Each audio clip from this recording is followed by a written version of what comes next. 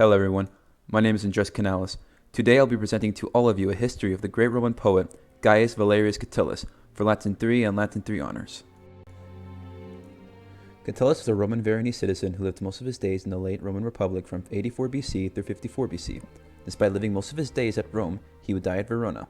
Catullus is from a line of family that was very renowned for providing entertainment to Caesar during his campaigns in Gallia.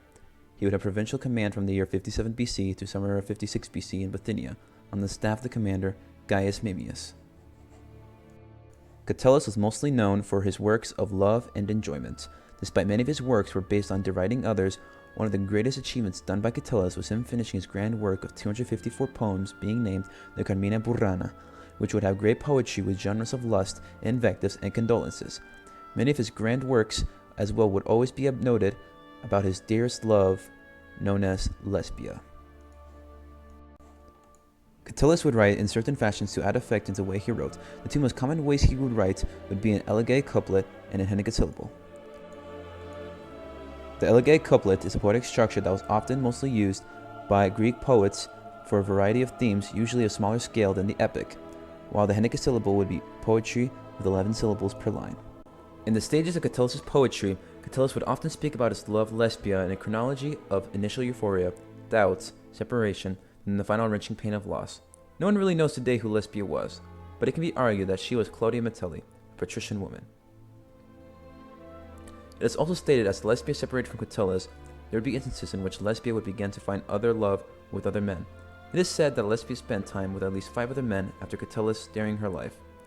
Catullus as well earned the honor of being one of the first ever poets to write about his life, which was very uncommon during the late days of the Roman Republic. Because Catullus' works were so great, people of many kinds have grown to be inspired by his work, some of which who were inspired by his works were Ovid, Horace, and Virgil. Then when his works became rediscovered, Robert Herrick and Petrarch would as well become great admirers of his works as well. Catullus influenced Robert Herrick to make one of his greatest ever works, the Hesperides. This work is a great example of influence from Catullus, for the book contained elements of sympathy and compassion, which are very common in the Carmina Burana as well.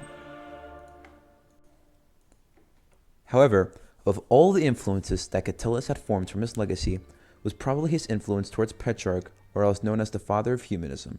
Likewise to Catullus, Petrarch would write works of his own love he would dub thee as Laura. Petrarch is as well the person who managed to recover most of Catullus' poems, for he was able to translate them before they were destroyed or lost. It is important to remember, since Petrarch is the father of humanism, he was a great source into forming the Renaissance in Italy. If it was not for Catullus, it is possible that it could have been a harder journey, or possibly even impossible, for Petrarch to create the roads of humanism leading to the Renaissance.